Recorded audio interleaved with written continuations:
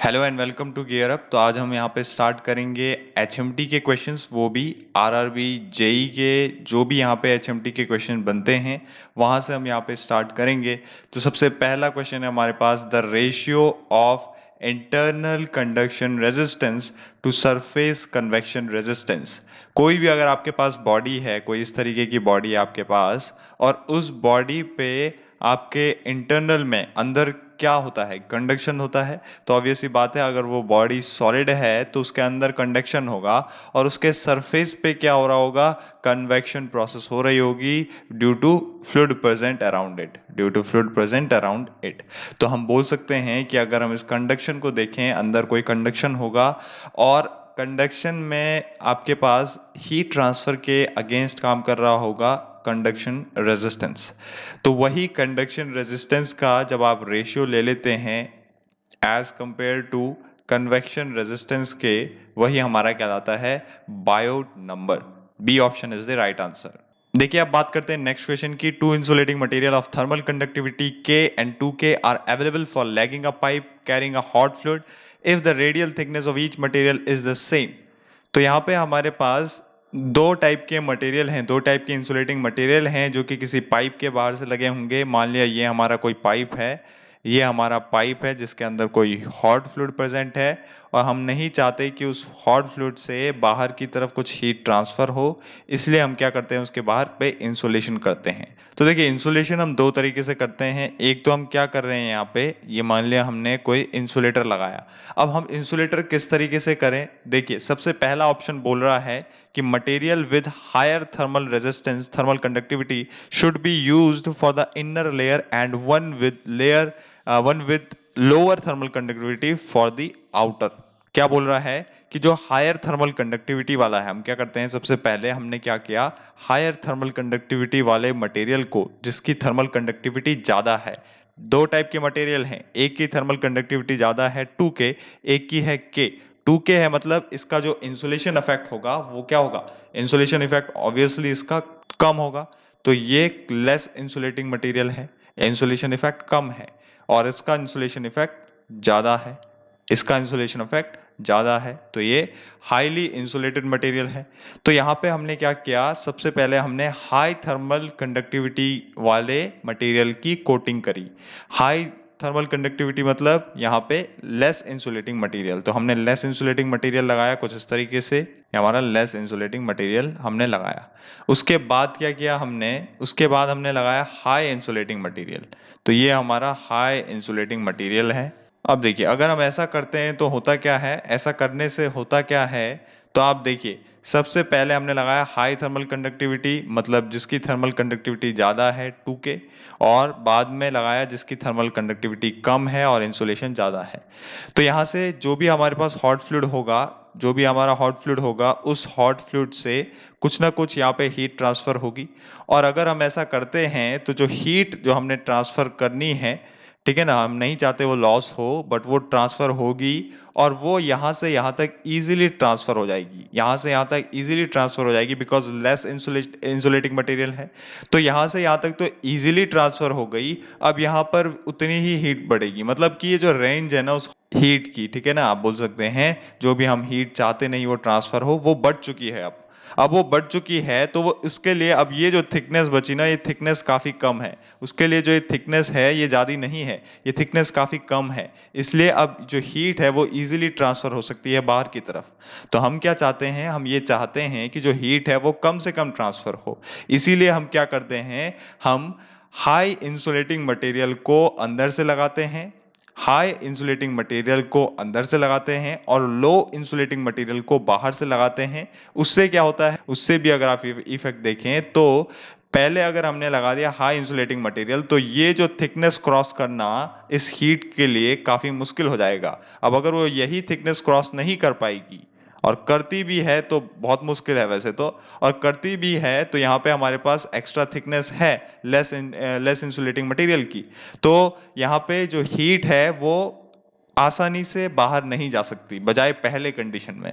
तो better insulation आपका B वाला ऑप्शन कह रहा है। यहाँ पे क्या कह रहा है बी वाला ऑप्शन, कि अगर आप मटेरियल ऐसे लगाएं, जो भी आपका इंसुलेटिंग मटेरियल है वो आप ऐसे लगाएं कि लोअर थर्मल कंडक्टिविटी वाला आप पहले लगा दें और फिर हायर थर्मल कंडक्टिविटी वाला लगाएं, तो आपका ये जो काम करेगा ये बेटर काम करेगा। और भी ऑप्शन है इसमें, बट वो ऑप्शन सही नहीं है। इसके बाद का ऑप्शन है इसमें कि it is material in which sequence the insulating material are used, मतलब इसका कोई फर्क नहीं पड़ता कि कौन सा सीक्वेंस आप यूज करते हैं, ऐसा नहीं है। ठीक है, ये गलत है और नन ऑफ दीज भी नहीं है। तो इसमें बी ऑप्शन सही रहेगा कि आप सबसे पहले क्या करें, आपको याद रखना होगा कि सबसे पहले आप यहाँ पे लेस इंसुलेटेड मटेरियल को बाहर से लगा दें, ठीक है ना, और हाईली इंसुलेटेड मटेरियल को अंदर से लगाएं।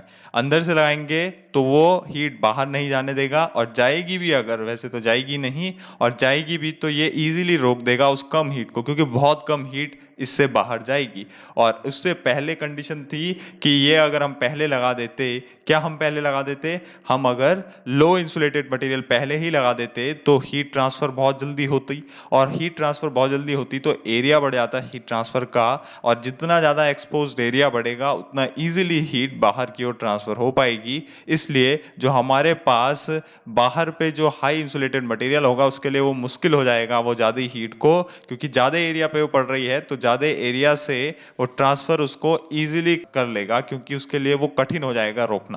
ठीक है, तो ये आपको समझना होगा। तो हम सबसे पहले क्या करते हैं, material with lower thermal conductivity should be used for the inner layer and one with higher thermal conductivity for the outer, or you can say material with high insulating material, high insulation effect should be used for the inner layer, and with lower insulation effect is used for the outer। ठीक है, और next question अगर आप यहाँ पे देखें, critical thickness of insulation for sphere is, critical thickness of insulation for a sphere is कितना होता है, आरसी इज इक्वल टू होता है, आरसी इज इक्वल टू होता है 2K/h। और अगर आपके पास सिलेंडर है तो उसके लिए कितना होता है, K/h। तो यहाँ पे आंसर आएगा D. If thermal conductivity of a material of wall varies as K is equal to K naught 1 plus alpha T, then the temperature at the center of the wall as compared to that of in the case of constant thermal conductivity will be. दो case हैं यहाँ पे, एक case है K is equal to K not 1 plus alpha t, मतलब अगर आप temperature को इंक्रीज करते हैं तो यहाँ पे कंडक्टिविटी इंक्रीज होगी। दूसरा केस है यहाँ पे जिसमें आपका K जो कंडक्टिविटी है वो कांस्टेंट रहती है, doesn't matter how much varying nature your temperature have. ठीक है, तो आपका कंडक्टिविटी कांस्टेंट ही है, कंडक्टिविटी इज कांस्टेंट। तो यहाँ पे आपको क्या करना है, कंपेयर करना है कि दोनों में से कंडक्टिविटी किसकी ज्यादा होगी। तो ऑब्वियस बात है, यहाँ पे L1 plus alpha T is extra, तो यहाँ पे कंडक्टिविटी ज्यादा होगी। तो हम क्या बोल सकते हैं, पहले वाले केस में जो कंडक्टिविटी होगी वो दूसरे वाले केस से ज्यादा होगी, मोर होगी, तो इसलिए ए आंसर सही रहेगा। With increase in temperature thermal conductivity of air, अगर आप टेम्परेचर को इंक्रीज करते हैं तो एयर की थर्मल कंडक्टिविटी में क्या इफेक्ट पड़ता है, ये आपकी एयर है, इसका आपने टेम्परेचर इंक्रीज किया बाय एडिंग हीट। अगर आप हीट ऐड करें या कुछ भी करें, आपने किसी भी तरीके से टेम्परेचर इंक्रीज किया तो मतलब obvious सी बात है kinetic energy will increase, and if kinetic energy increases molecular momentum will increase, so that more collision will occur and it will lead to easy heat transfer। that means heat transfer increase होगा, thermal conductivity बढ़ेगी, that means A increases। next question, liquid metal having highest thermal conductivity is of, तो इसमें sodium answer रहेगा। next है minimum thermal diffusivity is of aluminium, rubber, iron, lead। तो देखिए, एक चीज तो आपको पता है कि thermal diffusivity is what, alpha is equal to K upon rho Cp। जितना अच्छा कोई मटेरियल, जितना अच्छा कंडक्टिव होगा और जितना कम अपने अंदर हीट को स्टोर करेगा, उतनी अच्छी उसकी क्या होगी, यहाँ पे थर्मल डिफ्यूजिविटी होगी। बट आपको इन चार ऑप्शन में से बस कंडक्टिविटी को ही देख के पहचानना है कि किसकी थर्मल कंडक्टिविटी कितनी कम है, जिसकी जितनी कम होगी उसी की आपको लीस्ट थर्मल डिफ्यूजिविटी दिखेगी, जैसे कि क्वेश्चन में पूछा है। तो सबसे कम किसकी होगी, जो इंसुलेटिंग मटेरियल होगा। इंसुलेटिंग कौन है, एल्यूमिनियम, आयरन, लेड या फिर रबर में से, रबर है, ऑब्वियसली रबर है, तो इसकी कंडक्टिविटी कम है। कंडक्टिविटी कम है मतलब alpha is also less as compare to other, तो यहाँ पे B is the right answer. Next question, critical radius of hollow cylinder is defined as, कोई आपके पास हॉलो सिलेंडर है और उसके लिए क्रिटिकल रेडियस आप कैसे डिफाइन करते हैं? इसमें हमें ऑप्शन दे रहा है outer radius which gives maximum heat flow. तो क्रिटिकल रेडियस हम यहाँ पे डायग्राम बनाते हैं, इस तरीके से कुछ डायग्राम बनाते हैं हम यहाँ पे, जिसमें हम वाई एक्सिस में दिखाते हैं हीट ट्रांसफर को, हीट लॉस को, और एक्स एक्सिस में दिखाते हैं थिकनेस को। तो जैसे जैसे हम यहाँ पे थिकनेस इंसुलेटिंग मटेरियल की जो भी है हमारे पास हॉलो सिलेंडर होगा, इसके बाहर से हम क्या चढ़ाएंगे? इंसुलेशन चढ़ाएंगे, ताकि कोई भी हीट ट्रांसफर ना हो, हीट लॉस ना हो। और इंसुलेशन चढ़ाते हैं तो जैसे जैसे हम यहाँ पे थिकनेस को इंक्रीज करते हैं, वैसे वैसे एक टाइम आता है, वैसे वैसे क्या करती है, हीट लॉस ज्यादा होता है, हीट लॉस ज्यादा होता है, हीट लॉस बढ़ता है। और एक टाइम आता है जहाँ पे हीट लॉस मैक्सिमम होता है, और हीट लॉस जहाँ पे मैक्सिमम होता है वहां पे जो थिकनेस होती है, या वहां पे जो जो भी रेडियस होता है हमारे मटेरियल का, या सॉरी सिलेंडर का, हॉलो सिलेंडर का, वो कहलाता है आरसी या टीसी, मतलब कि क्रिटिकल थिकनेस या क्रिटिकल रेडियस। अगर रेडियस है मैक्सिमम तो हमारा क्रिटिकल रेडियस, और थिकनेस है तो वो थिकनेस इंसुलेशन की आपका क्रिटिकल थिकनेस कहलाती है। तो इस पे मैक्सिमम हीट ट्रांसफर होता है। तो मैक्सिमम हीट ट्रांसफर होता है तो हम बोल सकते हैं कि क्रिटिकल रेडियस किसी हॉलो सिलेंडर के लिए क्या है? एक आउटर रेडियस है। ऑब्वियस बात है, इनर तो लगाएंगे नहीं ना, क्योंकि आप चाहते हैं कि बाहर का हीट ट्रांसफर, बाहर हीट ट्रांसफर ना हो सराउंडिंग में। तो आप ऑब्वियसली बात अंदर बाहर की तरफ लगाएंगे इस पाइप के या इस हॉलो सिलेंडर के। तो ये क्या है? एक टाइप का आउटर रेडियस है जो कि मैक्सिमम हीट फ्लो देता है। A is the right answer.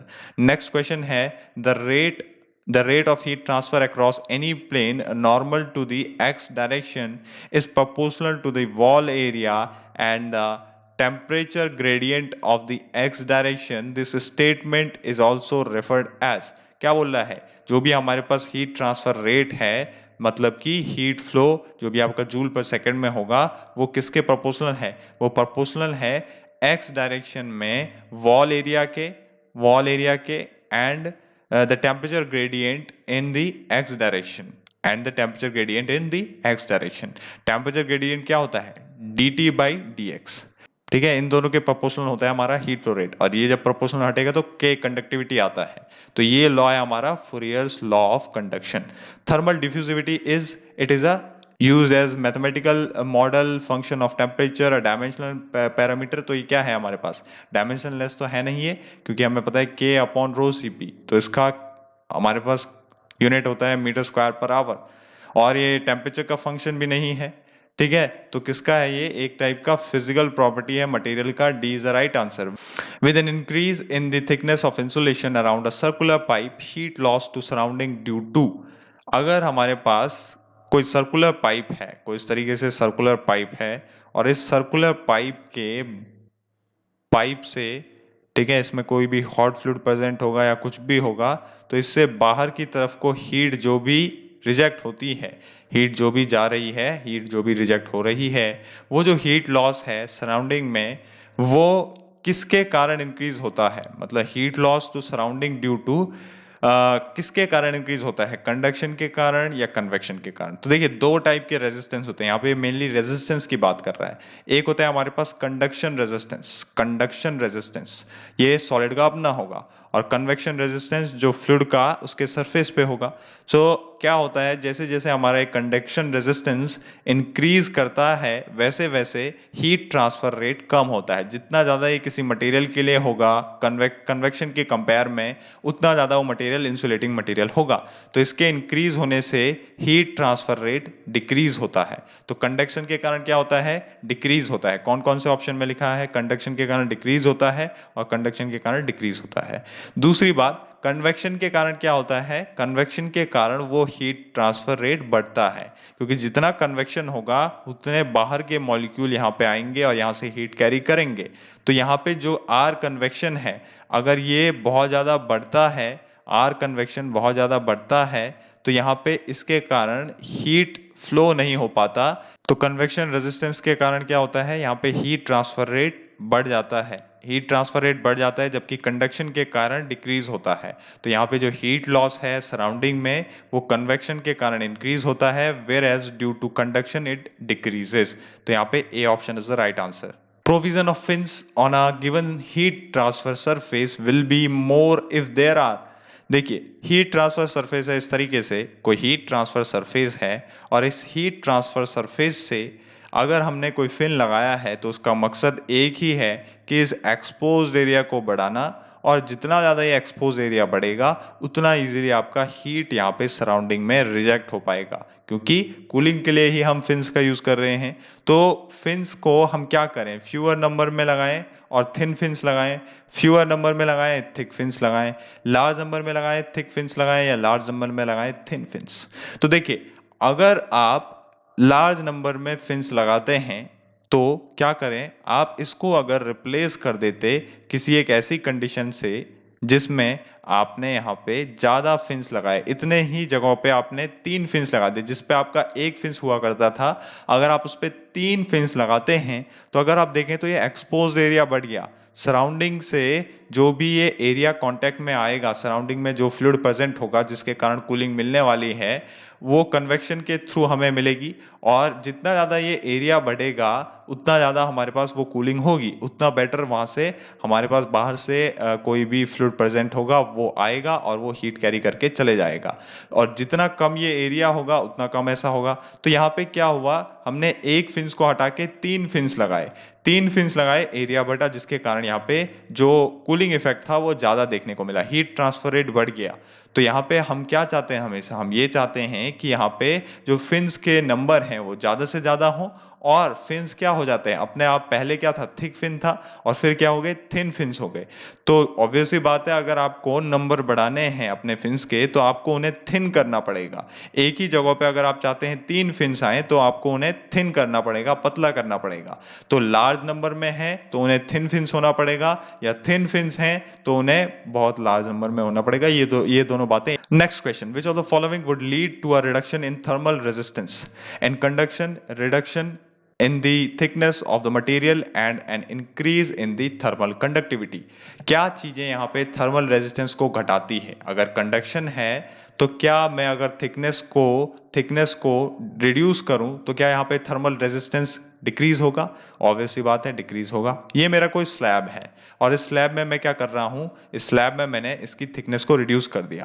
पहले थिकनेस इतनी थी, फिर मैंने थिकनेस कर दी इतनी, सपोज फिर मैंने कर दी थिकनेस इतनी, तो अब ये इतनी थिकनेस है तो इजीली हीट यहाँ से यहाँ ट्रांसफर हो सकता है, बट पहले हार्ड था, उसके लिए ये एज अ इंसुलेटिंग मटेरियल काम कर रहा था। तो यहाँ पे जैसे जैसे आपने थिकनेस को रिड्यूस किया तो आप इसको फॉर्मूले से भी देख सकते हैं, Q is equal to K A D T by D x से, के A D T by D x से, ठीक है ना, कंपेयर करके थिकनेस और रेजिस्टेंस को। तो थर्मल रेजिस्टेंस डिक्रीज करता है जब आप थिकनेस को क्या करते हैं, थिकनेस को भी रिड्यूस करते हैं, क्योंकि हीट इजीली ट्रांसफर हो जाती है और थर्मल रेजिस्टेंस का काम है कि आपका जो हीट फ्लो हो रहा है उसको कम से कम करना। तो जब वो ज़्यादा थिकनेस है तो वो हीट ज़्यादा रेजिस्ट हो रही है, और जब थिकनेस आपने डिक्रीज कर दी तो हीट कम रेजिस्ट हो रही है, इसलिए थिकनेस में रिडक्शन आया। ऐसे ही दूसरा पॉइंट है कि क्या आप अगर थर्मल कंडक्टिविटी को इंक्रीज करें तो क्या यहाँ पे थर्मल रेजिस्टेंस डिक्रीज होगा? हाँ होगा। अगर आप कंडक्टिविटी, किसी भी मटेरियल का कंडक्टिविटी ज़्यादा है तो वो इजीली हीट को ट्रांसफर कर पा रहा है। इजीली हीट को ट्रांसफर कर पा रहा है मतलब उसके पास जो एबिलिटी है किसकी, रेजिस्टेंस की, वो रेजिस्टेंस की एबिलिटी कम होगी तभी तो इजीली ट्रांसफर कर पा रहा है।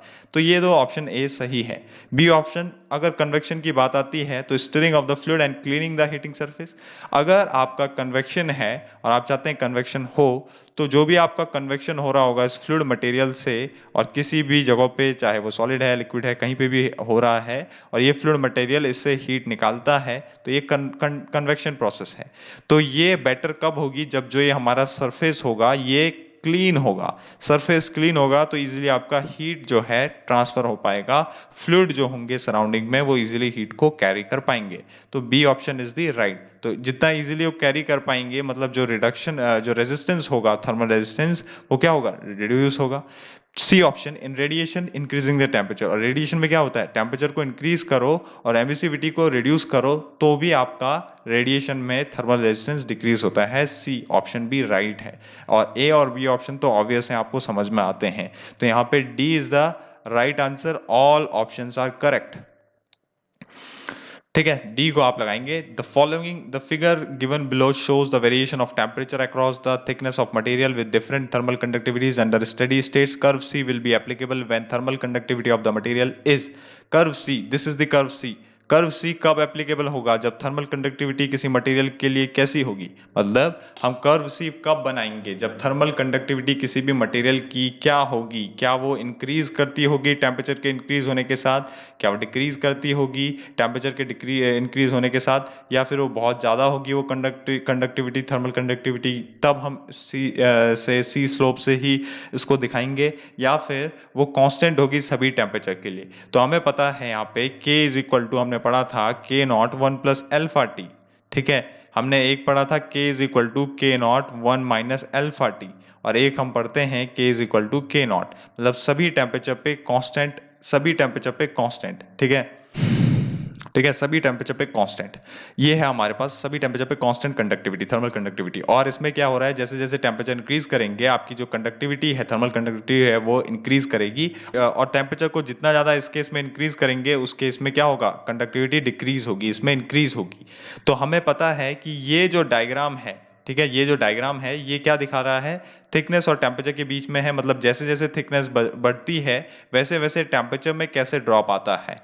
जैसे हमारा कोई स्लैब है और स्लैब की थिकनेस है, यहाँ से यहाँ तक आप जा रहे हैं एक्स डायरेक्शन में वन डायमेंशनली, तो यहाँ पे आप देखेंगे कि जैसे जैसे आप एक्स डायरेक्शन में जा रहे हैं यहाँ पे टेम्परेचर ज़्यादा है, फिर कुछ कम है, फिर कुछ कम है। जब आप यहाँ से कुछ हीट ट्रांसफर कर रहे हैं तब की बात कर रहे हैं हम, तो टेम्परेचर ड्रॉप होता है और इस तरीके से टेम्परेचर ड्रॉप होता है। और अगर इसका स्लोप सीधा है, इसका मतलब जितना टेम्परेचर यहाँ पे है उतना टेम्परेचर यहाँ पे है, तो मतलब जो थर्मल कंडक्टिविटी है वो बहुत ज़्यादा है ना। इसका मतलब यही तो है, थर्मल कंडक्टिविटी ज्यादा है, मतलब हीट ट्रांसफर करने के लिए एबिलिटी जो है वो ज्यादा है। मतलब यहाँ से अगर क्यू हीट ट्रांसफर हो रही है, यहाँ से भी क्यू ही होगी, क्योंकि टेम्परेचर सेम हो गया, टेम्परेचर सेम हो गया तो सराउंडिंग में उतनी ही होगी।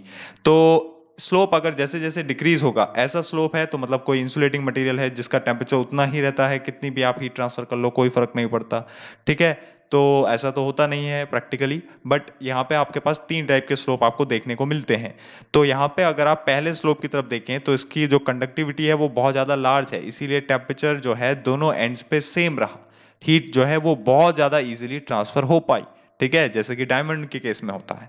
ठीक है, तो यहाँ पे आपका क्या रहेगा, सी आपका क्या हो गया, इज वेरी लार्ज। तो यहाँ पे सी कर्व जो है वो बहुत ज्यादा हाई थर्मल कंडक्टिविटी को बताता है, क्योंकि क्वेश्चन में लिखा था कि जो कर्व सी है will be applicable when thermal conductivity of the material क्या होगी, मतलब थर्मल कंडक्टिविटी क्या होगी अगर हम सी कर्व से किसी मटेरियल की थर्मल कंडक्टिविटी को दिखाते हैं। तो मतलब वो स्लोप जो हम दिखाते हैं उसके लिए, उसका मतलब है उसकी जो कंडक्टिविटी है वो बहुत ज्यादा लार्ज है, क्योंकि उसका जो टेम्परेचर है वो मेंटेन रहता है थ्रू आउट द थिकनेस। और अगर आप कर्व को देखें तो ए कर्व के लिए हमने यहाँ पे ये इक्वेशन बनाई होती है, k is equal to k not 1 plus alpha t. Temperature के साथ साथ यहाँ पे क्या होता है, कंडक्टिविटी इंक्रीज होती है। और बी के लिए है ये, टेम्परेचर के बढ़ने के साथ साथ कंडक्टिविटी डिक्रीज होती है। और डी के लिए इक्वेशन बनता है ये कि हमारे, ठीक है, तो कभी भी पूछ लिया जाता है तो ये आंसर आप करेंगे। Highest thermal diffusivity is of alpha is equal to k upon alpha, k upon rho c p, k upon rho c p. ठीक है, के अपॉन रो सी पी। तो यहाँ पे बोल रहा है हाईएस्ट थर्मल डिफ्यूजिविटी किसकी होगी, आयरन की, लेड की, कंक्रीट की, वुड की। तो यहाँ पे आंसर रहेगा लेड की। ठीक है ना, लेड की। आयरन से ज्यादा थर्मल डिफ्यूजिविटी है क्योंकि इसकी कंडक्टिविटी भी अच्छी होती है आयरन के कंपेयर में। ठीक है, और ये स्टोर भी क्या करता है, कम करता है हीट को। Highest thermal conductivity is of, obvious सी बात है, सॉलिड के पास सबसे ज्यादा कंडक्टिविटी है। फिर किसके पास होगी, लिक्विड के पास मॉलिक्यूल दूर हैं, जितने ज्यादा मॉलिक्यूल डेंस होंगे उतनी अच्छी कंडक्टिविटी होगी। फिर गैस की सबसे कम। तो यहाँ पे सॉलिड आइस की सबसे ज्यादा thermal conductivity, A is the right answer. Next question, metals are good conductors of heat, why, because of free electrons present, their atoms are relatively far apart, and their atoms collide frequently. All options are correct. In the figure given below, curve A क्या show करता है, curve A हमने कहा था इसके लिए क्या होता है, K is equal to K not 1 plus alpha T. मतलब कि टेम्परेचर इंक्रीज करने के साथ साथ थर्मल कंडक्टिविटी बढ़ेगी, it's thermal conductivity increases with increase in temperature. Next question, which of the following is expected to have highest thermal conductivity? Highest thermal conductivity किसकी होगी, solid ice की होगी।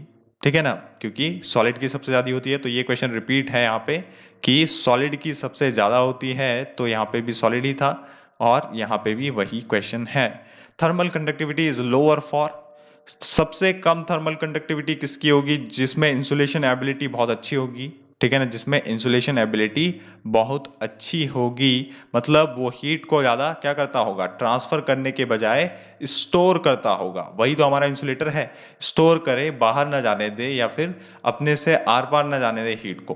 तो यहाँ पे अगर आप देखें तो वुड, वाटर, स्टीम और एयर में से बेहतर ऑप्शन है air, because air as a insulator काम करता है कई बार। जैसे कि फॉर एग्जांपल अगर आप कॉर्क को देखें, ये आपका कॉर्क है, उसमें बहुत सारे पोर्स होते हैं। अब जब ये पोर्स होते हैं तो इसके अंदर कुछ एयर चले जाता है, और एयर जाने के कारण क्या होता है? एयर जाने के कारण क्या होता है? एयर जाने के कारण इसकी जो कंडक्टिविटी है वो और ज़्यादा कम हो जाती है, और इसका जो इंसुलेशन इफेक्ट है वो बढ़ जाता है। तो अगर मैं इस पोर्स में मॉइस्चरस वाटर डालता तो इसकी कंडक्टिविटी क्या हो जाती थी? इंक्रीज हो जाती थी, और ये इंसुलेटर की तरह काम नहीं करता। ठीक है, तो वाटर और एयर का बिल्कुल अपोजिट इफेक्ट है यहाँ पे। Match the property with their units. Bulk modulus क्या होता है? बल्क मॉड्यूलस आप देखते होंगे, के से इसको भी शो करते हैं। ये होता है हमारा थर्मल कंडक्टिविटी और बल्क मॉड्यूलस में डिफरेंस है, दोनों को के से ही शो किया जाता है कई बार। तो बल्क मॉड्यूलस क्या है? के इज इक्वल टू, हम सोम में भी पढ़ते हैं इसे, डीपी या फिर कोई भी normal stress upon volumetric strain.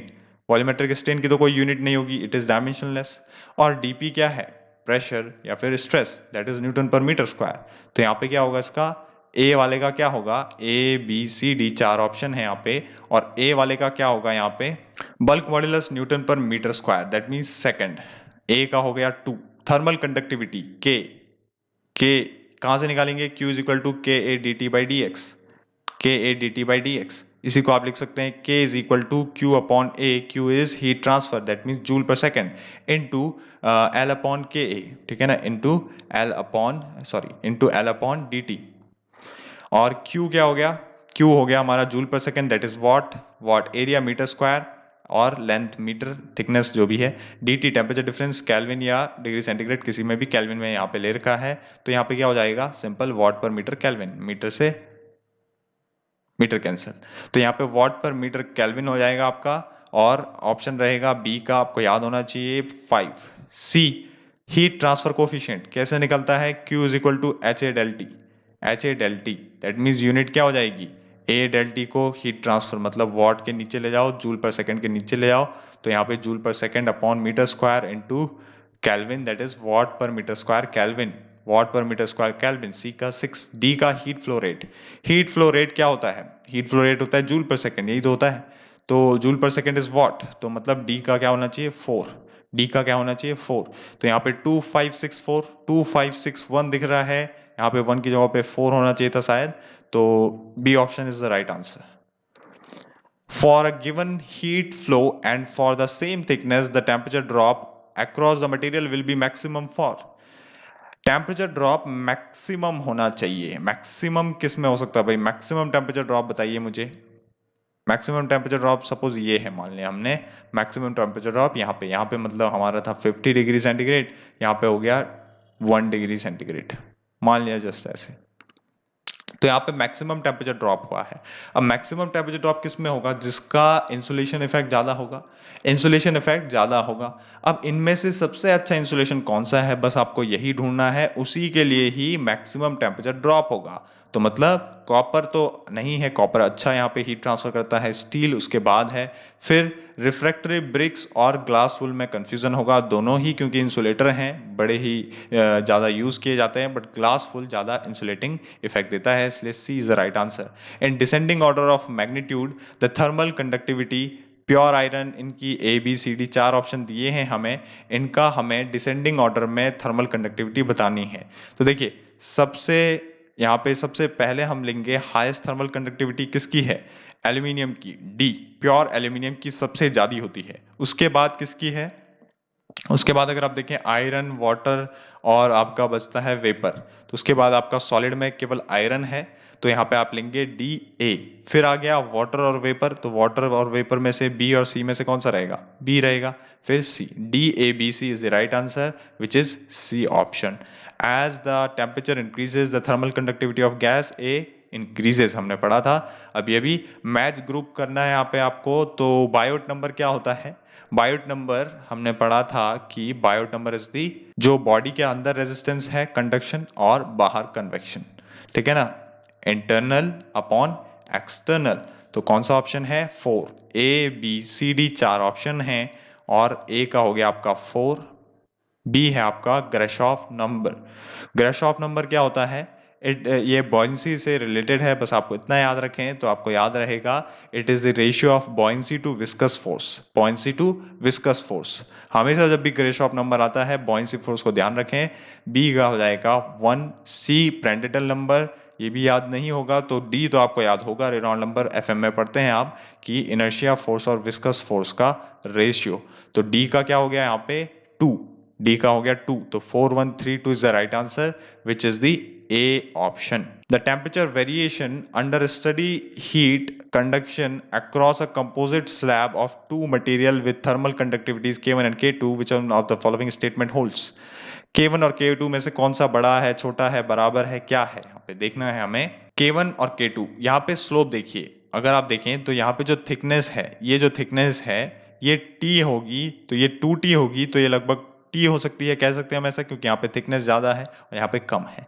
But thickness तो यहाँ पे ज़्यादा है, बट फिर भी थिकनेस ज़्यादा होने के बावजूद भी आप अगर यहाँ पे टेम्परेचर ड्रॉप का स्लोप देखें, काफ़ी छोटा है as compare to this.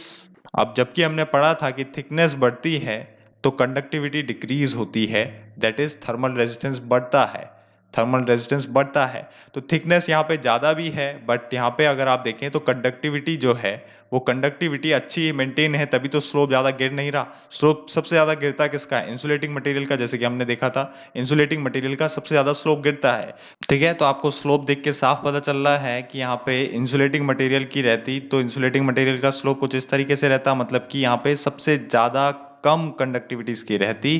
Come conductivity है तो मतलब टेम्परेचर जितना था उतना ही मेंटेन रहा, टेम्परेचर जितना था उतना ही एक ही सरफेस पे रहा, दूसरे सरफेस पे जीरो।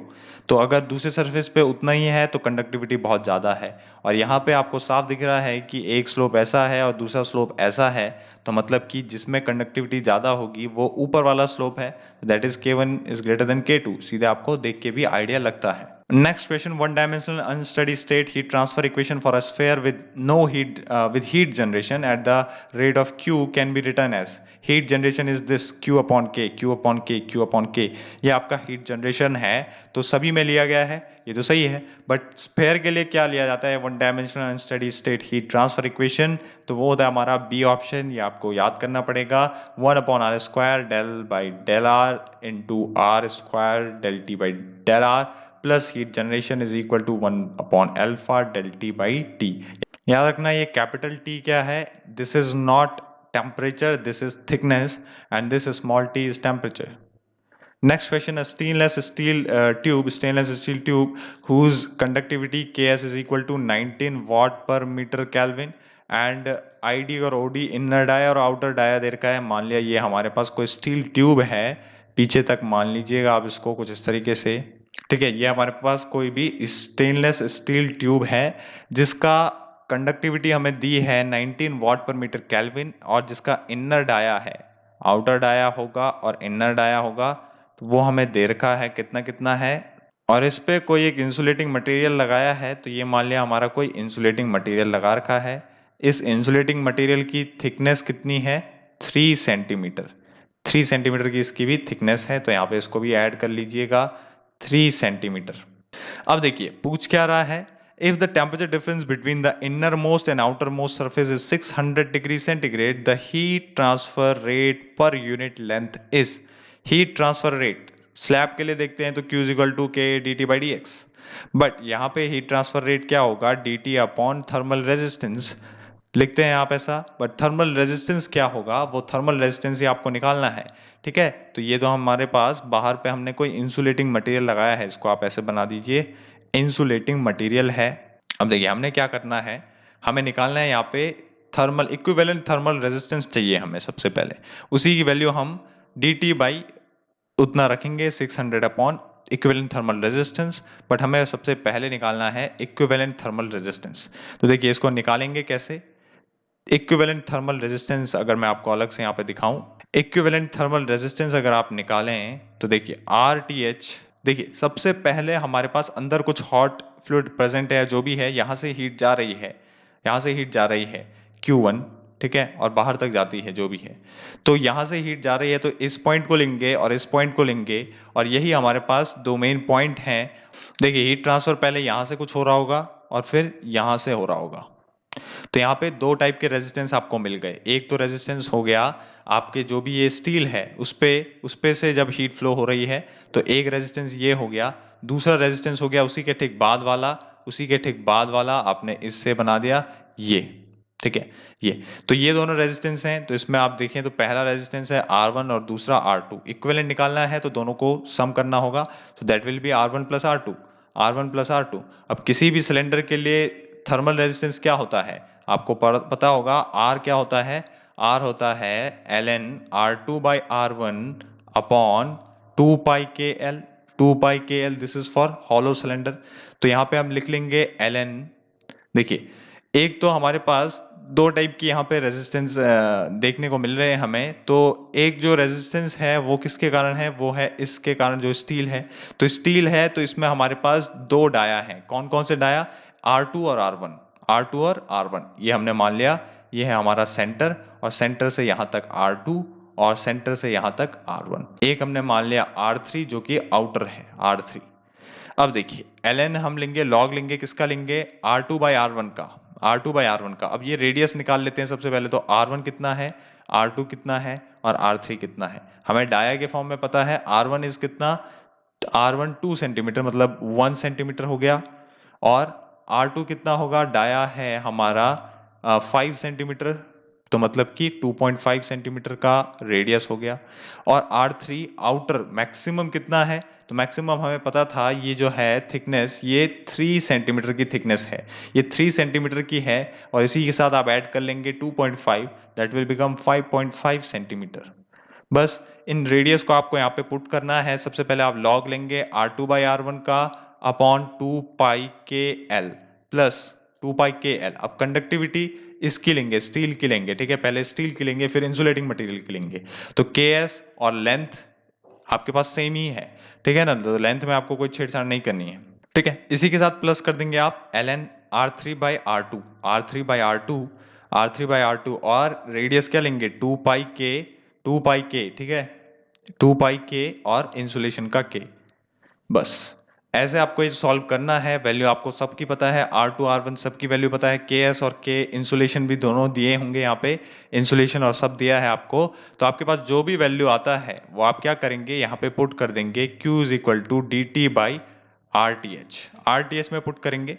और RTH में जब आप पुट करेंगे तो आपके पास आंसर हो जाएगा, कैसे आंसर निकलेगा, 600 अपॉन, ये जो RTH की वैल्यू है ये आएगी आपकी 0.635 के आसपास, 0.635 के आसपास।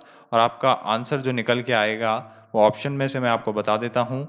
ऑप्शन में से जो आंसर आएगा वो है 944.72। C is the right answer. Next question, a well machined steel plate of thickness L is kept such that the wall temperature are TH and TC. A smooth copper plate of the same material of the same thickness L is now attached to the, ठीक है। हाँ, तो इसने क्या किया है, इसने यहाँ पे दिखाया है कि पहले कोई स्टील प्लेट थी, फिर स्टील के साथ हमने कॉपर को अटैच कर दिया। अब हमें यहाँ पे रिलेशन निकालना है, कुछ रिलेशन निकालना है। पहले तो देखिए स्टील प्लेट है और कॉपर प्लेट है, ये चीजें तो आपको बिल्कुल पता होनी चाहिए कि इसके बीच में कंडक्टिविटी क्या क्या है, स्टील की ज्यादा है या कॉपर की ज्यादा है, तो कॉपर की ज्यादा होती है स्टील के कंपेयर में। ये आपको पता है तो आप इसको पूरा सॉल्व कर देंगे। देखिए सबसे पहले तो हम ये निकालें कि हीट ट्रांसफर रेट किसमें ज्यादा होगा, Q1 है Q2 है, थिकनेस इसमें ज्यादा है या इसमें, दूसरे वाले केस में जब आपने इस स्टील के साथ कॉपर को भी लगा दिया उस केस में थिकनेस बढ़ गई, थिकनेस बढ़ गई तो आपका स्टील के साथ साथ जितना स्टील में ट्रांसफर होती थी पहले उससे कम ही ट्रांसफर होगी हीट, क्योंकि आपने कॉपर को भी ऐड कर दिया। तो कॉपर को भी ऐड कर दिया तो थर्मल रेजिस्टेंस बढ़ जाएगा। पहले जो थर्मल रेजिस्टेंस केवल और केवल स्टील के कारण रहता था, अब वो थर्मल रेजिस्टेंस स्टील के कारण भी होगा प्लस कॉपर के कारण भी होगा। तो हीट फ्लो रेट तो दूसरे वाले केस में डिक्रीज हो गया, मतलब Q2 is greater than Q2 is less than Q1, heat transfer rate is less in case of second, ठीक है ना, in second case as compare to first. तो Q2 is smaller than Q1, कहाँ दिख रहा है, पहले वाला गलत, दूसरा भी गलत, Q2 छोटा है Q1 से, C और D में दिख रहा है। अब हमें निकालना है रिलेशन TH, TI और TC का, ठीक है, सिंपल, इन टेम्परेचर का हमें रिलेशन निकालना है। तो देखिए ये तो था हमारा R1, ये था हमारा R2। अगर आप देखें तो हमें पता है स्टील में और कॉपर में से कंडक्टिविटी ज़्यादा किसकी, कॉपर की। कॉपर की कंडक्टिविटी किससे ज़्यादा, स्टील से ज़्यादा। और कॉपर की कंडक्टिविटी ज़्यादा है, इसका मतलब यहाँ पे अगर आप K की वैल्यू लिखना चाहें, K को आप क्या लिख सकते हैं, K को आप लिख सकते हैं, देखिए आपको पता होगा कि Q is equal to D T upon R T H. इसका मतलब R T H is equal to D T upon Q. और यहाँ पे अगर कॉपर की थर्मल कंडक्टिविटी ज़्यादा है, मतलब इसका जो रेजिस्टेंस है, इसका जो कंडक्टिव रेजिस्टेंस है वो कम है as compare to steel, that means we can write, ठीक है। तो आप यहाँ से क्या लिख सकते हैं, R is equal to D T by Q two, ठीक है, D T by Q two. और डी टी कौन सा है, ये कॉपर वाली प्लेट का, ठीक है, इस वाली प्लेट का, D T by Q two is less than D T by, किसका है, ये कॉपर का है और ये स्टील का है, स्टील का by Q two. Temperature heat transfer same है, क्यू टू से क्यू टू कैंसिल, और आप इसको लिख सकते हैं D T for copper is less than D T for steel, temperature difference for steel plate, ठीक है, स्टील स्लैब। और अब आप देखिए टेम्परेचर डिफरेंस निकालें कॉपर प्लेट के लिए, तो T I is greater than T C, that means T I minus T C is less then what, D T of steel, that is T H minus T I, तो आप क्या करें, T I को भी इधर ला दीजिए, T I को इधर ला दीजिए और टी सी को उधर ले जाइए। तो यहाँ पे क्या हो जाएगा, two T I is less than T H plus T C. इसका मतलब टी आई क्या हो जाएगा, T I is less than T H plus T C था, ठीक है, टी एच प्लस ये था T H plus T C upon two. तो यहाँ पे आंसर क्या हो जाएगा, T I is less than T H plus T C and Q1 is greater than Q2, that means C is the right answer. Next question देखें, अगर आप in a case of one dimensional heat conduction in a medium with constant properties, T is the temperature at position X at time, then del T by del T is proportional to, तो ये भी आपको याद होगा, इसका किसके proportional होता है, ये होता है आपके del square T by del X square. D is the right answer. Heat flows through a composite slab as shown in below, the depth of the, ठीक है, डेप्थ दे रखी है हमें, ये कितनी है, 1 मीटर, 1 मीटर की डेप्थ है, के की वैल्यूज वाट पर मीटर केल्विन में है, और थर्मल रेजिस्टेंस जो ओवरऑल है वो आपका के बाई डब्ल्यू है, ठीक है। तो ये बताइए आप हमें कि इसमें द ओवरऑल थर्मल रेजिस्टेंस कितना होगा। ओवरऑल थर्मल रेजिस्टेंस देखिए, सबसे पहले हीट ट्रांसफर होगी यहाँ से यहाँ को, तो मतलब एक थर्मल रेजिस्टेंस तो ये हो गया, उसके बाद हीट ट्रांसफर हो रही है यहाँ से यहाँ को भी और यहाँ से यहाँ को भी, तो एक थर्मल रेजिस्टेंस ये हो गया, दूसरा ये हो गया। तो अगर आप डायग्राम बनाएं तो कैसे बनेंगे थर्मल रेजिस्टेंस, बस आपको इसको सर्किट बना देना है और इजीली आप इसको सॉल्व कर पाएंगे। ये आपका सर्किट है, ठीक है, और उसके बाद इसके ऊपर थर्मल रेजिस्टेंस ये है और उसके बाद थर्मल रेजिस्टेंस ये है। तो अब हमें बताइए कि यहाँ पे हीट ट्रांसफर हो रहा है क्यू हीट ट्रांसफर हो रहा है, और सब कुछ आपको गिवन है, लेंथ गिवन है, ठीक है ना, थिकनेस या लेंथ कहें, और ये आपका के कंडक्टिविटी आपको गिवन है। तो अगर आप देखिए तो मान लें ये R1 है, ये R2 है और ये R3 है, तो आपको इसको क्या करना पड़ेगा, नॉर्मल फॉर्म में लाना पड़ेगा। इस रेजिस्टेंस को आपको निकालना क्या है, thermal equivalent thermal resistance, that will be R1 plus क्या होगा, इन दोनों का सम कैसे निकालेंगे, इसको आपको अलग से सॉल्व करना पड़ेगा, कि जहां पे आप R थर्मल इक्विवेलेंट रेजिस्टेंस निकालेंगे 2 और 3 के लिए, वो कितना होगा, वो होगा आपका 1 upon this is equal to 1 upon R2 plus 1 upon R3, क्योंकि ये क्या है, पैरेलल है एक दूसरे के।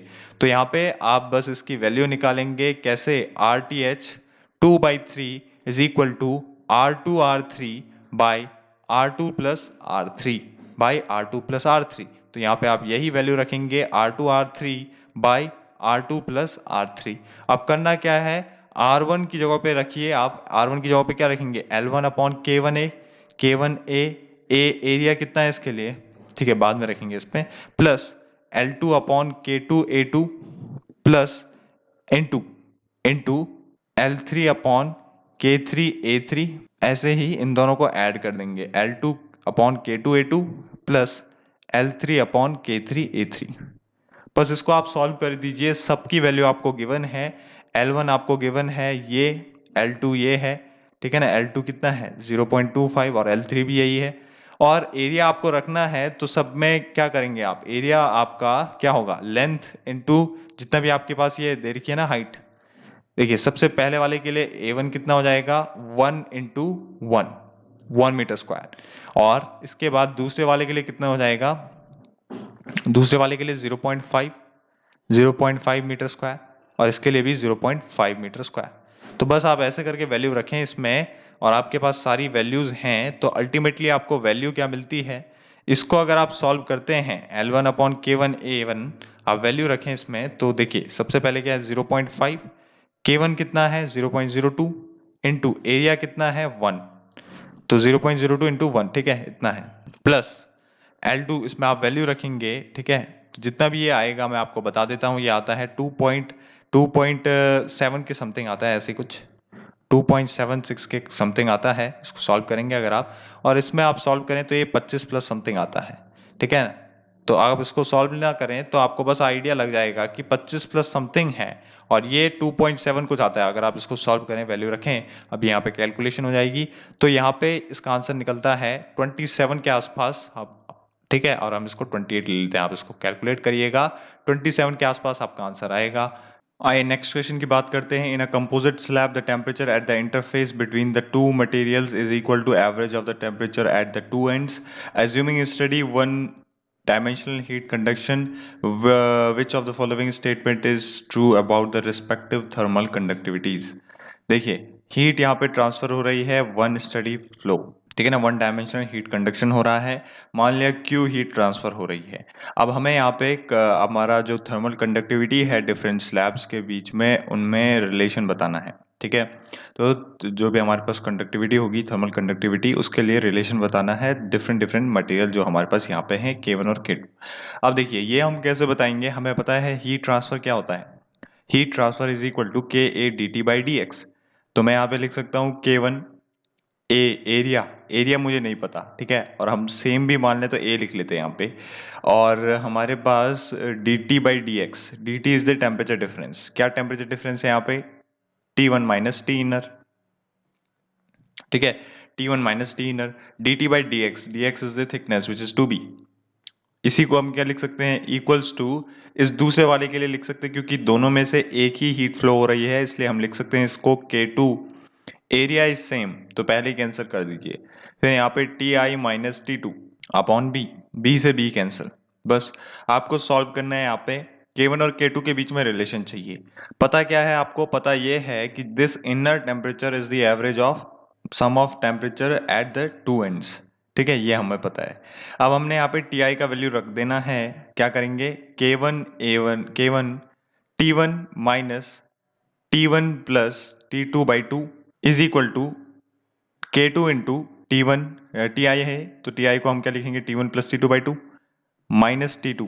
देखिए आगे इसको सॉल्व करें तो K1 क्या हो जाएगा, 2T1 minus T1 minus T2, because ये इसके साथ माइनस इंटू होगा दोनों के साथ, तो क्या बन जाएगा 2T1 minus T1 minus T2 upon 2। तो that means 2T1 minus T1 is, तो यहाँ पे हम डायरेक्टली लिख लेते हैं इसे 2T1 minus T1 will become T1, and T2 minus का हो जाएगा क्योंकि यहाँ पे माइनस साइन मल्टीप्लाई होगा दोनों के साथ, ठीक है, is equal to K2 into T1 plus T2 upon 2, यहाँ पे आप इसको सब्ट्रैक्ट करें तो कितना होगा T1 minus T1 plus T2 minus 2T, ठीक है ना, 2T2, तो यहाँ पे माइनस का हो जाएगा, तो हमारे पास आ जाएगा T1 माइनस T2 अपॉन 2, ठीक है, K1 बाई 2 यहीं पे रहेगा, ये ऐसे ही नीचे आएगा K1 बाई 2, तो हमें पता चल गया कि K1 is equal to 2K2, तो यहाँ पे आंसर क्या रहेगा, K1 is equal to 2K2 is the D, D option is the right answer. देखिए नेक्स्ट क्वेश्चन है, plastic sleeve of outer radius R naught इतना और आर इतना है। तो देखिए कोई प्लास्टिक स्लीव है जिसका हमें रेडियस दिया है, ये कोई प्लास्टिक स्लीव होगी और इसका हमें आउटर और इनर रेडियस दिया है। तो मान लिया ये हमारा आउटर रेडियस है और ये हो गया कोई inner radius. Outer radius is 1 millimetre, inner radius is 0.5। बोला है carrying electric current thermal conductivity दे रखी है इस प्लास्टिक की, ये कोई प्लास्टिक होगा पूरा, तो इसकी थर्मल कंडक्टिविटी हमें दी है। कितनी है इसकी thermal conductivity? It is K is equal to 0.12 watt per metre kelvin. K is equal to 0.12। Heat transfer coefficient H का वैल्यू दे रखा है 25। ठीक है, H का वैल्यू दे रखा है 25 watt per metre square kelvin, ये K का दिया था। Due to addition of the plastic cover the heat transfer from the wire to the ambient will increase decrease remain same. What happens if we increase more plastic? ठीक है ना, अगर हम यहाँ पे और प्लास्टिक की लेयर ऐड करते हैं तो क्या होता है, ये पूछ रहा है। तो इसके लिए हमें निकालना होगा पहले क्रिटिकल रेडियस। देखिए क्रिटिकल रेडियस क्या होता है, किसी भी ऑब्जेक्ट के लिए, चाहे वो स्फेयर है या हॉलो सिलेंडर है, उसके बाहर से अगर आप जब भी इंसुलेशन करते हैं तो इंसुलेशन करते समय पहले पहले तो क्या होता है, पहले पहले उससे हीट ट्रांसफर रेट बढ़ता है, उससे हीट ट्रांसफर जो होती है वो जो रेट है वो बढ़ता है। देखिए अगर आप यहाँ पे देखें सिंपली तो क्या होता है, हमारे पास क्रिटिकल रेडियस वो रेडियस है कि अगर आपके पास ये थिकनेस है इस साइड और यहाँ पर आप देख रहे हैं हीट ट्रांसफर रेट, तो एक अगर आप क्या करते हैं किसी भी बॉडी पे, चाहे वो आपका सिलेंडर है या चाहे वो आपका हॉलो सिलेंडर या फिर स्फेयर है, उस पे आप जैसे जैसे आप उस पर लेयर चढ़ाते हैं इंसुलेशन की, वैसे वैसे हीट ट्रांसफर रेट बढ़ता है। बट एक टाइम आ जाता है जहाँ पे वो मैक्सिमम होता है, उसके बाद वो ड्रॉप होने लग जाता है। और यही हमारा पॉइंट है मैक्सिमम वाला, जहाँ पे कि हीट फ्लो तो मैक्सिमम होगा या हीट लॉस तो मैक्सिमम होगा। बट जो ये पॉइंट है इस पे जो थिकनेस होती है या जो भी रेडियस होती है हमारे इंसुलेशन की, उसे रेडियस थिकनेस या हमारा क्रिटिकल थिकनेस या क्रिटिकल रेडियस कहते हैं। बट क्रिटिकल रेडियस निकालते कैसे हैं, तो किसी भी हॉलो सिलेंडर के लिए निकालते हैं आप K/H से, और K का वैल्यू दे रखा है 0.12 और आपको H का वैल्यू दिया है 25। इसको सॉल्व करेंगे तो आएगा 4.8 इंटू 10⁻³ मीटर। इसको अगर मिलीमीटर में बदलें तो 4.8 मिलीमीटर हो जाएगा, है ना, 4.8 मिलीमीटर होगा। अब देखिए आरसी का वैल्यू आपको पता चल गया। अब आपको यहाँ पे जो एक्चुअल रेडियस है, आउटर रेडियस है, उसका वैल्यू पता है कितना है, वो है आपका outer radius is equal to 1 millimetre, है ना। तो आउटर रेडियस जो एक्चुअल में रेडियस है वो 1 मिलीमीटर है, उसी के बाहर से तो आप ऐड करेंगे इंसुलेशन। तो उसके बाहर से आप कब तक इंसुलेशन ऐड करेंगे, अगर आप उसके बाहर से कुछ भी इंसुलेशन, थोड़ा भी इंसुलेशन ऐड करते हैं, क्योंकि R C is greater than R naught, मतलब कि आर ओ कहीं यहाँ होगा, ठीक है, आर ओ कहीं यहाँ होगा आर ओ, मतलब 1 मिलीमीटर। और अगर ये इस पे यहाँ तक पहुँचता है, कहाँ तक पहुँचता है, ये पहुँचता है 4.8 मिलीमीटर तक। तो इसके बाहर से जब हम जैसे जैसे लेयर ऐड करेंगे तो हीट लॉस क्या होगा, बढ़ेगा।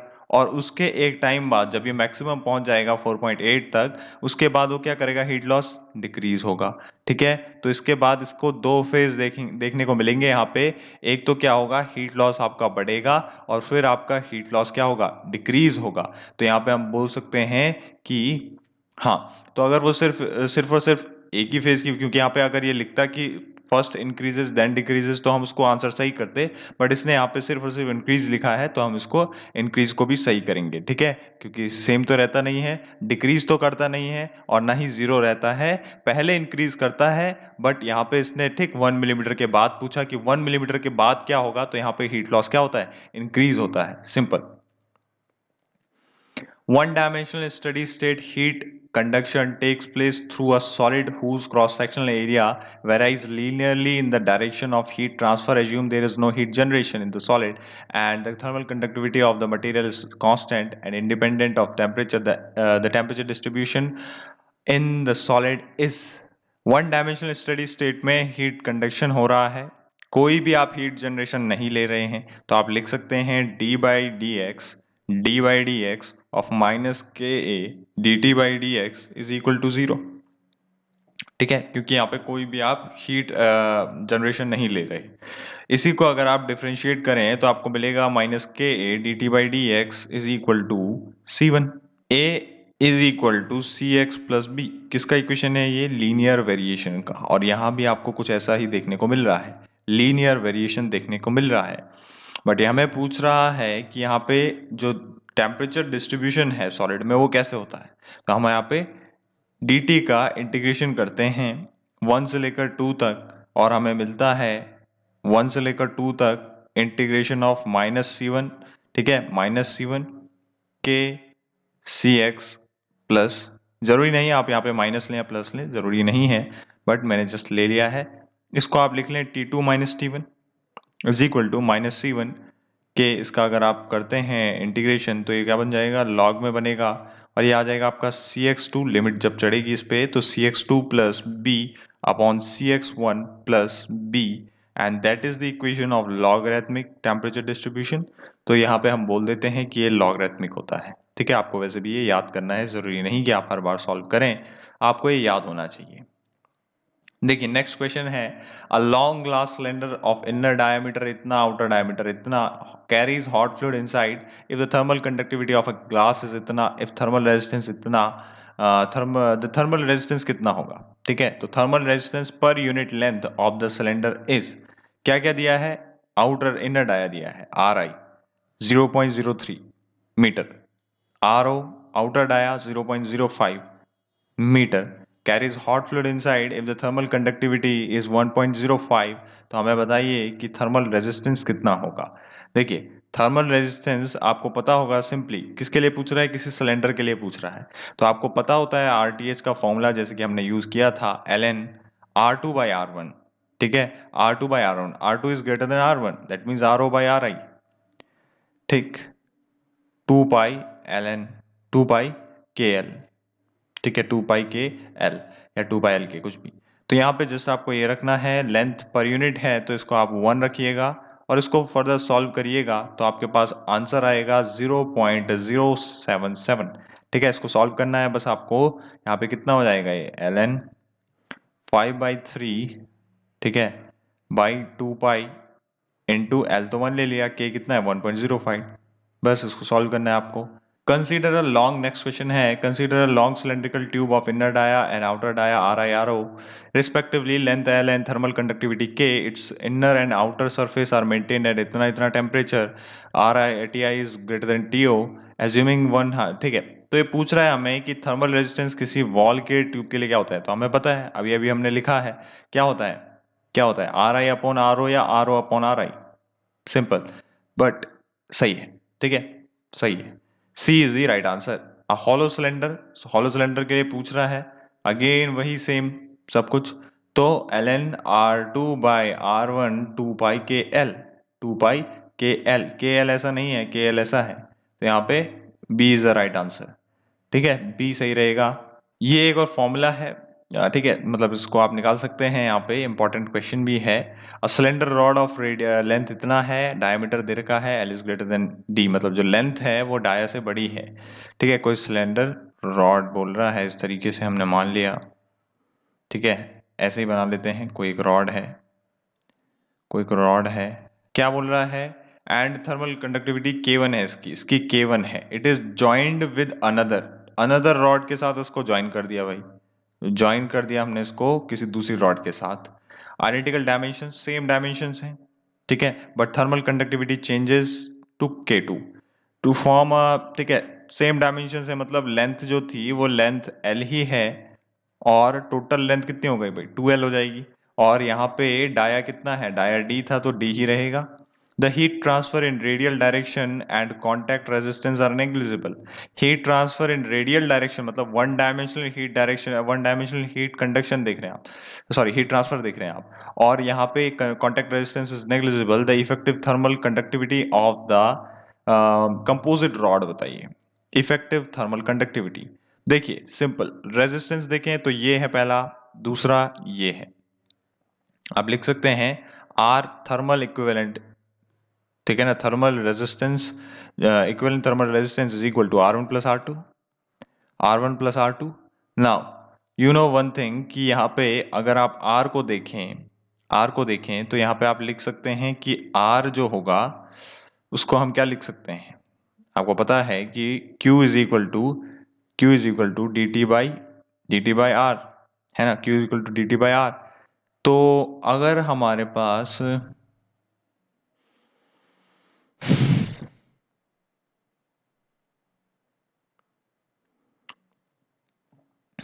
ठीक है, ये तो आपको पता रहता है, बट ये आरटीएच का वैल्यू होता कितना है, थर्मल रेजिस्टेंस का वैल्यू कितना होता है, एल अपॉन के। बस आपको यहाँ पे भी यही लिखना है कि equivalent length upon equivalent conductivity into equivalent area.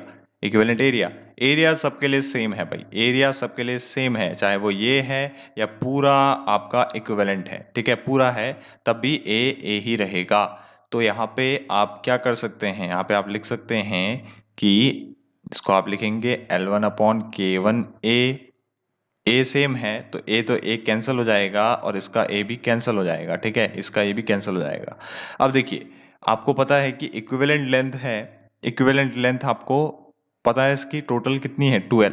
Equivalent के पता है कि आपको नहीं पता, इसको ऐसे ही रहने दीजिए, के लिख दिया हमने इसको, L1 L, ठीक है ना, ए फर्स्ट वाले की लेंथ कितनी है L, दूसरे की भी L, तो दोनों लेंथ तो हमें पता है, प्लस K1 K2 हम इसको लिख लेंगे, K1 K2 लिख लेंगे, ठीक है, L से L कैंसिल हो गया, बस अब आप लिख सकते हैं यहाँ से डायरेक्टली कि जो इक्विवेलेंट इक्विवेलेंट थर्मल कंडक्टिविटी हमें निकालनी थी वो कितनी हो जाएगी, वो हो जाएगी 2K1K2 by K1 plus K2, which means A is the right answer for a correct sorry।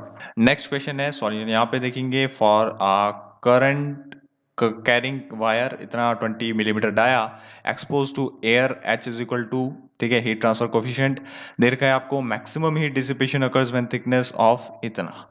अब देखिए इसने क्या कहा, maximum heat dissipation occurs when thickness of insulation is, ये हमें निकालना है कि कौन सी वो थिकनेस है, कौन सी वो थिकनेस है जिसपे मैक्सिमम हीट, कौन सी वो थिकनेस है जिसपे मैक्सिमम हीट डिसिपेट होती है, मैक्सिमम हीट डिसिपेट होती है। तो वो कौन सी थिकनेस होगी, वो वही थिकनेस होगी जिसपे आपकी क्रिटिकल रेडियस होगी, और क्रिटिकल रेडियस की मदद से ही आप वो थिकनेस निकालेंगे।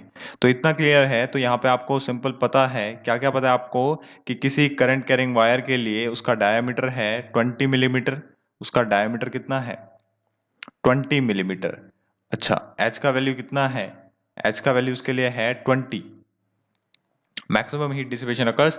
अब देखिए हमें बताना है थिकनेस, तो हम यहाँ से निकाल देते हैं आरसी, आरसी कितना आएगा, के अपॉन एच, ठीक है, आरसी इज के अपॉन एच, के दे रखा है हमें 0.5, 0.5, ठीक है, एच कितना है 20, इसको सॉल्व करें तो कितना आ जाएगा, ये इसको सॉल्व करते हैं आप तो कितना आ जाएगा, इसको सॉल्व करें तो कितना होगा, 0.05 upon 2 which is 0.025, which is 0.025। तो ये हो गया हमारे पास आरसी, और आरसी है तो ये कितने में है, ये मीटर में है, तो इसको हम 25 mm लिख सकते हैं। अब हमें आरसी पता है, RC is the maximum heat जहां पे ट्रांसफर हो रही है वो वाला रेडियस है, ठीक है, मैक्सिमम हीट। तो वो रेडियस कितना है, वो रेडियस है 25 मिलीमीटर, और ये डाया दे रखा था हमें 20, ठीक है, डाया था 20, तो मतलब इसकी रेडियस कितनी थी 10, ठीक है, 10 mm की इसकी रेडियस थी इस वायर की। तो हमें पता है कि जब इतनी थी तो यहाँ पे डिफरेंस ले लेंगे आप, डिफरेंस आ जाएगा कितने का, 15 मिलीमीटर का, मतलब 10 मिलीमीटर में अगर आप 15 मिलीमीटर और चढ़ाते हैं तो वही एक ऐसी कंडीशन होगी जिसपे मैक्सिमम हीट ट्रांसफर होगा। तो वहां पे thickness of insulation is 15 millimetre, means D is the right answer, D यहाँ पे सही आंसर रहेगा। कैसे निकाला, आपने सिंपल लिखा कि जो आरसी है उसमें से आप घटा दीजिए जितनी अभी थिकनेस है एक्चुअल में, तो उसमें कितनी है वो आपके आर आउटर के equal, so that is 25 minus 10, ठीक है, हमें डाया दिया था तो 20 से 10 लिखा और यहाँ पे हो जाएगा 15। Next question, two insulating material of thermal conductivity K and 2 K are available for lagging a pipe carrying a hot fluid if the radial thickness of each material is same, radial thickness of each material is same, और एक की conductivity के है और दूसरी की 2 के है, तो इसमें भी ये सेम पूछ रहा है कि material with higher thermal conductivity should be used for inner layer and one with lower thermal conductivity for the outer. तो हमने क्या कहा, हमने कहा कि हम ज्यादा अच्छा इंसुलेशन मटेरियल इनर साइड रखेंगे ताकि हीट पहले फ्लो ना हो, ठीक है ना, ताकि हीट पहले फ्लो ना हो, हीट फ्लो ही नहीं होगी तो इस तक तो मुश्किल से पहुंचेगी, और पहुंचती भी है थोड़ी बहुत तो वो रुक जाएगी, क्योंकि देखिए, बेटर यूज़ के लिए साफ-सीधी बात है कि अगर आपके पास जिस भी टाइप का इंसुलेशन है, वो अपने अकॉर्डिंग, अपने कैपेसिटी के अकॉर्डिंग हीट ट्रांसफ़र रोक सकता है। मान लिया ये जो आप लगा रहे हैं बाहर से, वो लो इंसुलेटिंग मटीरियल लगाते हैं और आप अंदर लगा देते हैं high insulating material.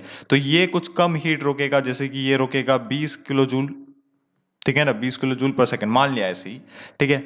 20 kilo joule, या फिर ये रोकेगा आपका, ये हाई इंसुलेटिंग मटेरियल है तो ये रोकेगा लगभग 100 किलो जूल, ऐसे ही मान लिया बस।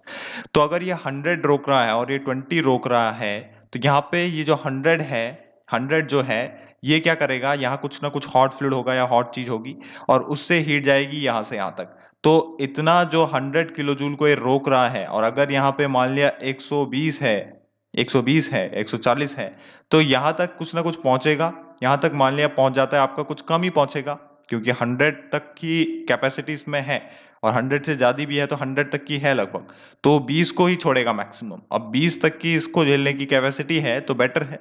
बट अगर आप क्या कर दें, पहले ही आप एक ऐसा इंसुलेशन लगा दें, पहले अगर आप मतलब पहले आप लगा दें लो इंसुलेटिंग मटेरियल, फिर आप लगाते हैं हाई इंसुलेटिंग मटेरियल। तो ये लो इंसुलेटिंग मटेरियल हीट होते रहेगा, होते रहेगा, होते रहेगा, और इसका जो ये 20 वाली कैपेसिटी है, वो तो कम हो जाएगी, मतलब 100 यहीं तक पहुँच जाएगा। तो इसके बाद जो रिजेक्शन होगा, मतलब इसमें जो एरिया है, एरिया एक्सपोज़ है, वो बढ़ जाएगा पहले ही, और जो हमारा ये लो कैपेसिटी वाला है, वो इतनी ज़्यादा हीट को नहीं झेल पाएगा।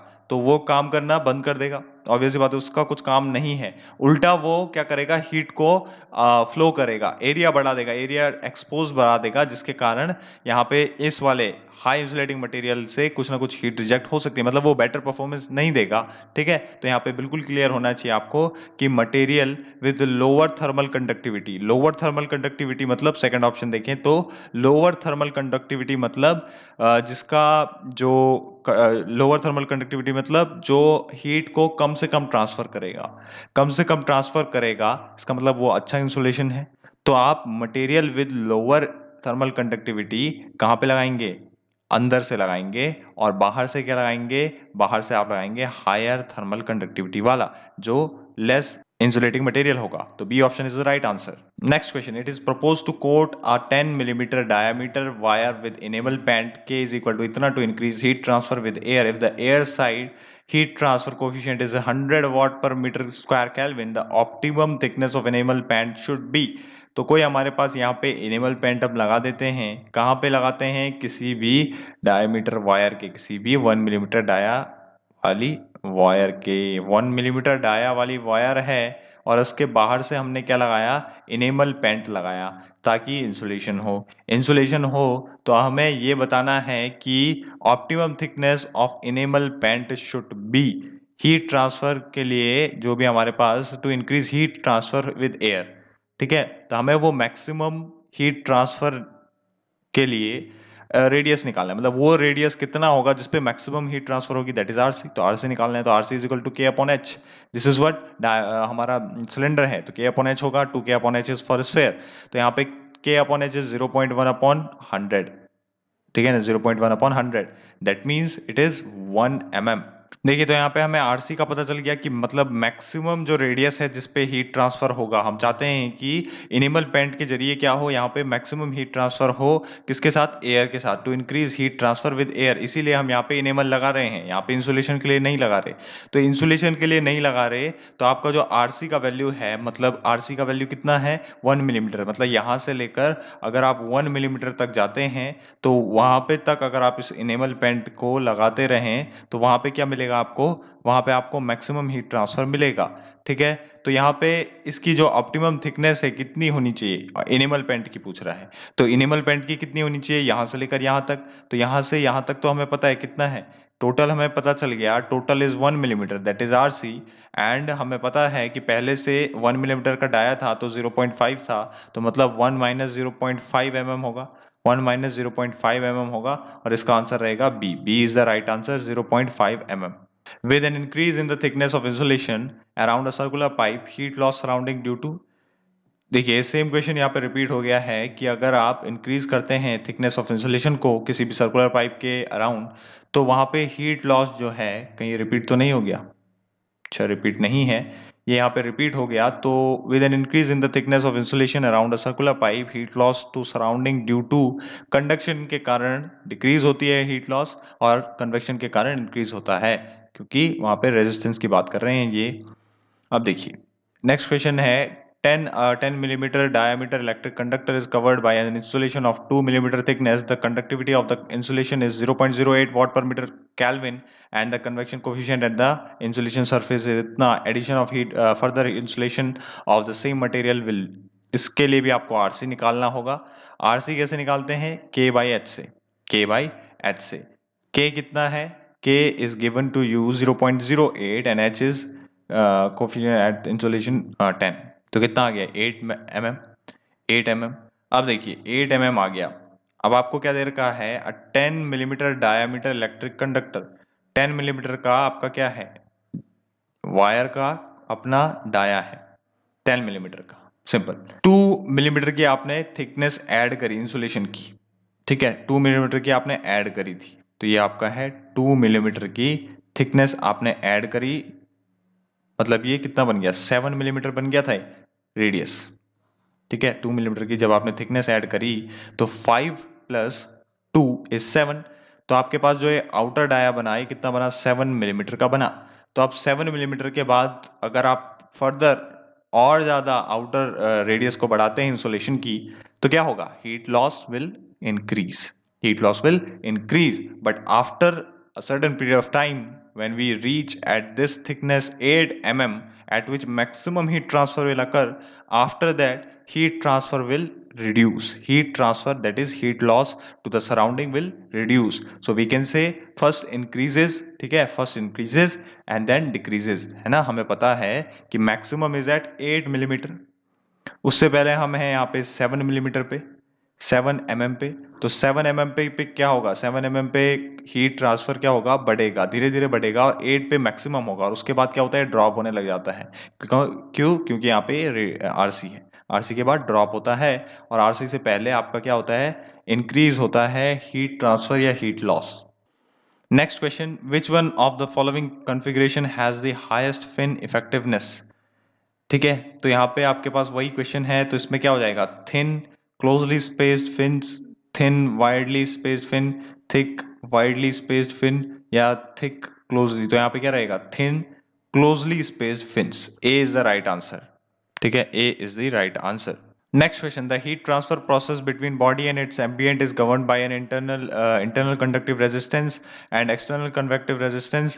The body can be considered be a lumped heat capacity system is, देखिए बायोट नंबर से अगर आपको पता चलता है कि लम्प्ड हीट कैपेसिटी है, कैसे पता चलता है? जब Biot number is less then और इक्वल टू 0.1, तो यहाँ पे बायोट नंबर क्या होता है? हमने कहा बायोट नंबर होता है जो भी आपका एक्सटर्नल, जो भी आपका इंटरनल कंडक्टिव रेजिस्टेंस है उसको कंपेयर किया जाता है जब एक्सटर्नल कन्वेक्टिव रेजिस्टेंस से, तो वो अगर 0.1 से कम है तभी हम कहेंगे कि हम वहाँ पे लम्प्ड एनालिसिस लगा सकते हैं, लम्प्ड हीट कैपेसिटी एनालिसिस का यूज कर सकते हैं। तो यहाँ पे क्या होता है? ICR is less than ECR, should be less than ECR if you want to apply lumped heat capacity analysis, so that is ICR minus ECR। But यहाँ पे अगर आप देखें तो ICR minus ECR जैसा कोई ऑप्शन है क्या? नहीं है, ये है गलत। ICR इज मार्जिनली, कितना स्मॉल होता है ये ICR, कितना स्मॉल होता है ये ICR, ये पूछ रहे हैं। तो अगर आप देखें तो 0.1 से कम है ये रेशियो। अब अगर ये रेशियो 0.1 से कम है तो ऑब्वियसली बात है इसका वैल्यू ज़्यादा होगा और इसका वैल्यू कम होगा, बट इसका वैल्यू बहुत कम होगा तभी तो ये वैल्यू 0.1 आया। तो यहाँ पे जो ICR है वो नेग्लिजिबल होता है, मार्जिनली, मतलब ECR से बहुत कम, थोड़ा बहुत छोटा नहीं होता, बहुत ज़्यादा छोटा होता है, ठीक है। तो ICR is negligible as compared to ECR because it is giving us the ratio of 0.1. This means ICR is also small. Biot number signifies the ratio of, हमें पता है क्या? Internal upon external. D is the right answer. Biot number for lumped heat capacity analysis is 0. less than 0.1 और कई बार तो पूछ लेता है 0.1 और equal to भी, ठीक है।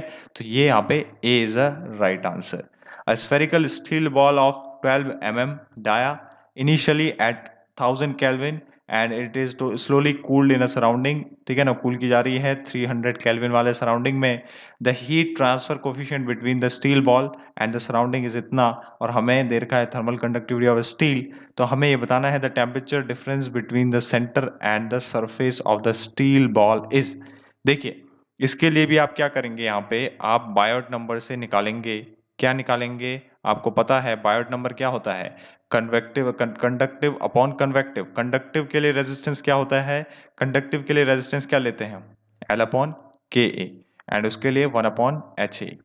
तो यहाँ से ए से ए कैंसिल हो जाएगा, तो ये आ जाता है आपका एच ए अपॉन के, ठीक है, एच ए अपॉन के, सॉरी एच एल अपॉन के,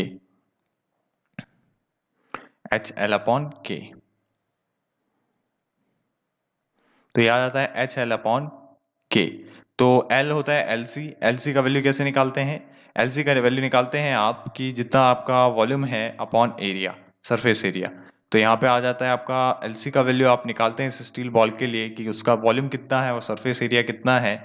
तो वो जो वैल्यू निकल के आता है, एलसी का वैल्यू ऐसे निकलेगा, एच और के का वैल्यू गिवन है, तो ये निकल के आता है आपका 0.0005, इतना इतना आता है ये बायोट नंबर का वैल्यू। इसका मतलब ये 0.1 से कम है, तो इस पे आप क्या लगाएंगे, लम्प्ड एनालिसिस, तो बहुत कम है ये। तो इसीलिए इससे ये पता चलता है कि जो आपके पास जो यहाँ पे क्या था, ये क्या है, ये है आपका बायोट नंबर को क्या लिखते हैं हम, बायोट नंबर को हम लिखते हैं कंडक्शन हुआ अंदर और कन्वेक्शन। इसका मतलब क्या हुआ कि यहाँ पे क्या हुआ, इसका मतलब क्या हुआ कि जो कंडक्शन है it is far less than convective, because ये तो जीरो के नियर जा रहा है, तो conduction is far less than convective resistance. ठीक है, तो यहाँ पे D is the right answer. Small कौन है, स्मॉल यहाँ पे इसका वैल्यू जो टेम्परेचर डिफरेंस है वो सेंटर और सरफेस के बीच में कम होगा, क्योंकि यहाँ पे conduction resistance is far less than the convective resistance, जैसे कि हमने बायोट नंबर से पता किया। नेक्स्ट क्वेश्चन, ये क्वेश्चन है काफी बड़ा क्वेश्चन, इसलिए मैं सॉल्व नहीं करूंगा। आरआरबी में काफी थोड़े बड़े क्वेश्चंस दिए हैं इन्होंने, बट यहाँ पे जो अगर आप देखें तो नेचुरली यहाँ पे जब भी ऑब्जेक्टिव होता है एसएससी जेई या किसी भी नॉर्मल एग्जाम में, तो आप देखेंगे वहाँ पे जो क्वेश्चंस आते हैं वो ज़्यादा कैलकुलेटिव क्वेश्चन नहीं आते हैं। ऐसे क्वेश्चंस आ सकते हैं, बट कुछ कुछ क्वेश्चंस कैलकुलेटिव हैं जिसमें आपको लॉग वगैरह की मदद से निकालना पड़ेगा। तो आपके पास कैलकुलेटर तो होता नहीं है, तो आप कैसे सॉल्व करेंगे।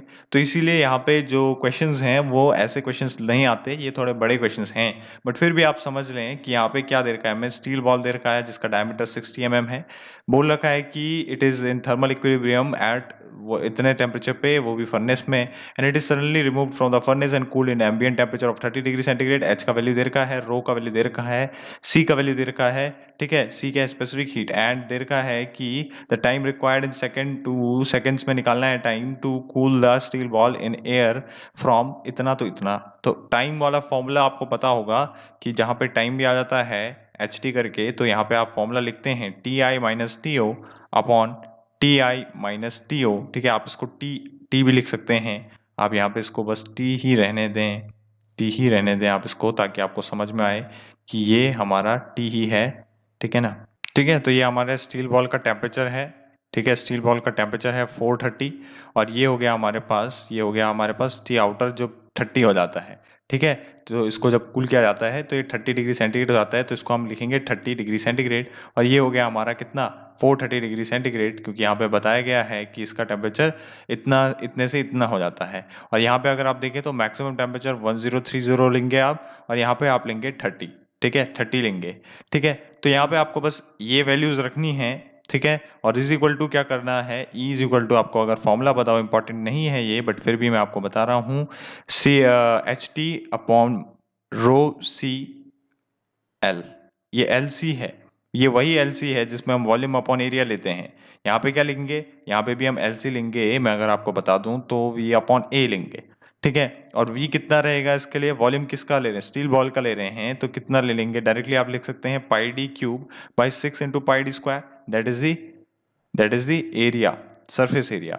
इसको सॉल्व करेंगे that will become d by 6, तो एलसी का वैल्यू d/6 से निकालना है, डाया आपको 60 मिलीमीटर गिवन है, 0.1 आ जाएगा एलसी का वैल्यू, ठीक है। एलसी का वैल्यू पता चल जाएगा, डेंसिटी आपको पता है यहाँ पे 7800, ऐसे ही स्पेसिफिक हीट का वैल्यू पता है, एच का वैल्यू पता है, टाइम आपको निकालना है और यहाँ पे ई के पावर में है ये सारा। तो कैलकुलेटिव है ये, मतलब आप इसको हाथ से निकाल ही नहीं सकते, कैलकुलेटर तो चाहिए ही चाहिए इसमें, ठीक है। तो यहाँ पे कैलकुलेटर चाहिए आपको, तो इसलिए ही ये इम्पोर्टेंट नहीं है, और अगर आप इसको कैलकुलेट करके देखते भी हैं तो 2144.16 के आसपास आपको मिलेगा। So d is the right answer. Next question है यहाँ पे, Biot number signifies the ratio, वही क्वेश्चन आ गया यहाँ पे। तो क्या होता है ये, हमें पता है कि बॉडी है उसके अंदर कंडक्शन होगा और बाहर क्या होगा, कन्वेक्शन होगा। तो इंटरनल अपॉन एक्सटर्नल का रेशियो है, तो internal is the conduction upon convection. Convection fluid में होता है, कंडक्शन सॉलिड में होता है, तो B is the right answer. तो यहाँ पे बी ही आपका सही आंसर रहेगा। Thank you for watching this video.